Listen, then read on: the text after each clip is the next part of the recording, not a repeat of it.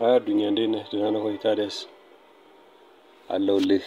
እኔ ከአዲስ አበባ ነው የምደውልልህ። ቴንክ ዩ ሶ ማች። እኔ አም ዱይንግ ማይ ማስተርስ ቺካጎ ሎዮላ ዩኒቨርሲቲ ውስጥ።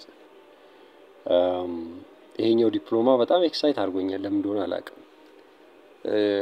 አንደኛ ረጅም ጊዜ ስለተማርኩት ሊሆን ይችላል።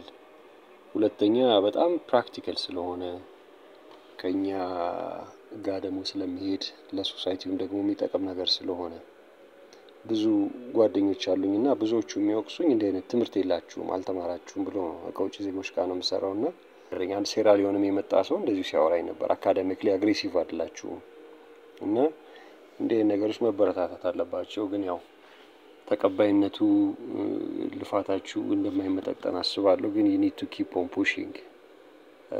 አንድ ሰውም ከተቀየረ በቂ ነው። ሁለት ሰው ብዙ ነው። ከዛ በላይ ከሆነ እድለኞች ናቸው። ስለዚህ እኔ ተቀይሬያለሁ። so I think you need to feel proud of your mission